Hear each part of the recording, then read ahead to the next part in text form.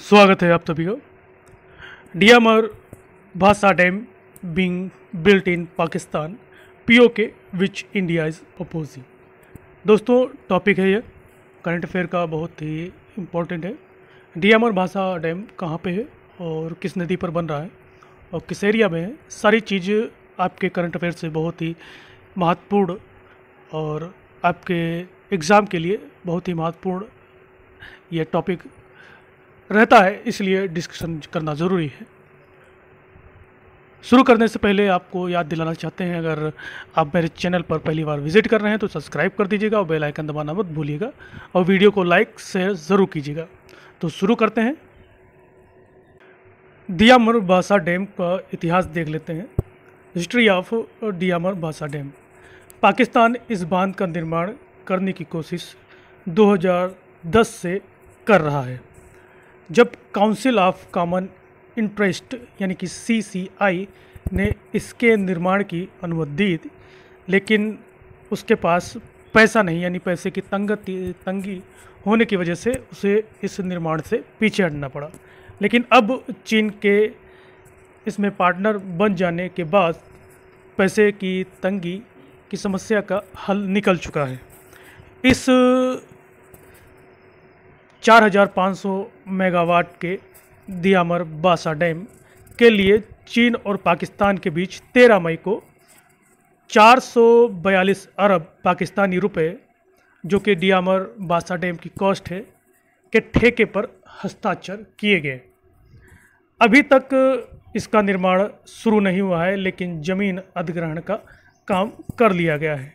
इस प्रोजेक्ट में चीन की सरकारी कंपनी चाइना पावर की हिस्सेदारी 70% है, जबकि अगर कहें पाकिस्तान में पाकिस्तानी सेना, जो कि काफ़ी हावी रहती है वहाँ पर और एक तरह से लोकतंत्र का वहाँ पे मजाक चलता रहता है, तो पाकिस्तानी सेना की वाणिज्य इकाई है एक फ्रंटियर वर्कर्स ऑर्गेनाइजेशन की हिस्सेदारी उसमें 30% की गई है।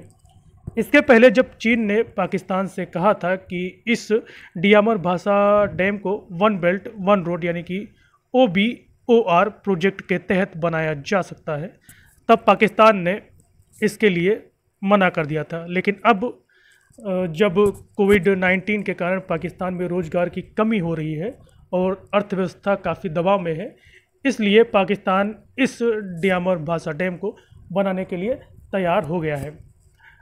डियामर भासा डैम चिलास, खैबर पख्तून और गिलगित बल्टिस्तान के पास सिंधु नदी पर स्थित है।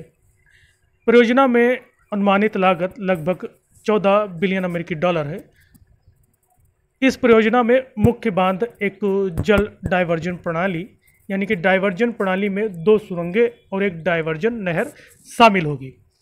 एक्सेस ब्रिज और 21 मेगावाट जल विद्युत परियोजना का निर्माण किया जाएगा, जिससे बांध के निर्माण के दौरान परियोजना की ऊर्जा जरूरतों को पूरा किया जाएगा। पाकिस्तान की एक समाचार पत्र जो एजेंसी है डॉन के मुताबिक अगर कहें तो बांध की ऊंचाई 272 मीटर होगी और 8 मिलियन एकड़ फुट जलाशय का निर्माण किया जाएगा, जो कि दुनिया का सबसे ऊंचा रोलर कॉम्पैक्ट कंक्रीट बांध होगा। इसमें 14 गेट, एक स्पिलवे वे जिससे पानी सरकता है और गाद को बाहर निकलने के लिए 5 आउटलेट होंगे।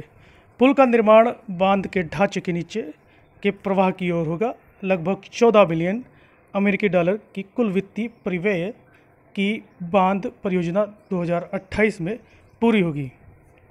ठीक है, पाकिस्तान से इसमें क्या लाभ होएगा उन्हें, तो पाकिस्तान सिंधु नदी पर कई बांध बनाए हैं जो कि अब पुराने भी हो चुके हैं। नए बांध के निर्माण से इन पुराने बांध के ऊपर लोड जो होगा वो कम होगा। उनकी आयु बढ़ने की संभावना, यानी कि लोड कम होने से उनकी जो कमज़ोर हो चुकी नींव है वो काफ़ी दिनों तक टिक सकेगी।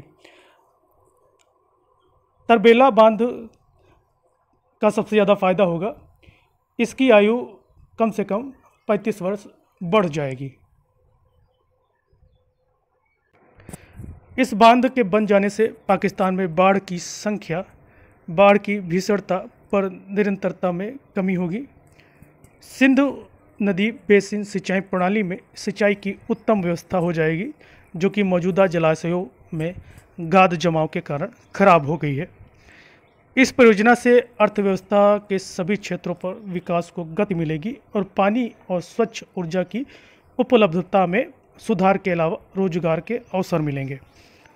इस प्रोजेक्ट के डायरेक्टर ने बताया कि इसके बनने से पाकिस्तान में लगभग 16,500 नई नौकरियों का सृजन होगा। इसके अलावा यह 4,500 मेगावाट हाइडल बिजली और लगभग 1.2 मिलियन एकड़ ज़मीन की सिंचाई में मदद करेगा। देखने वाली बात यह है कि भारत अपनी कूटनीति के तहत इस डियामर बासा डैम के निर्माण को किस प्रकार से लेता है आने वाले समय में।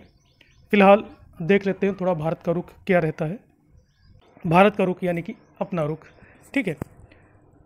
भारत ने इस आधार पर इस कदम का विरोध किया है कि गिलगिट बल्टिस्तान जो क्षेत्र है वह जम्मू कश्मीर के पूर्ववर्ती राज्य का हिस्सा है, जो अवैध रूप से पाकिस्तान द्वारा कब्जा कर लिया गया है। यानी पाक ऑक्यूपाइड कश्मीर में ये एरिया आता है, जो भारत अपने देखें जो मैप में, एक राजनीतिक मैप में वह दर्शाता है, उसका कुछ हिस्सा जो पीओके है उसमें ये रहता है, जो पूर्ववर्ती राज्य है वह उसका हिस्सा है।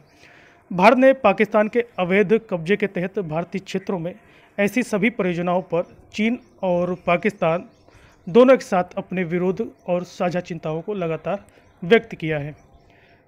अतीत में भी भारत ने चीन पाकिस्तान की आर्थिक गलियारी के हिस्से के रूप में पाकिस्तान के कब्जे वाले कश्मीर यानी कि पीओके में पाकिस्तान के द्वारा संयुक्त रूप से ली गई परियोजनाओं का विरोध किया है। अब आने वाले समय में देखना है, जो भारत जम्मू कश्मीर को अपना राज्य मानता है, एक अहम हिस्सा मानता है, उसमें इस परियोजना पर कैसे लगाम लगाई जाए। ये भारत की यानी कि हमारी कूटनीति किस तरह से सफल होती है इस परियोजना को लेकर, ठीक है। आपकी राय क्या है ज़रूर कमेंट के माध्यम से बताइएगा और अपनी राय ज़रूर दीजिएगा, क्योंकि ये अच्छा टॉपिक है।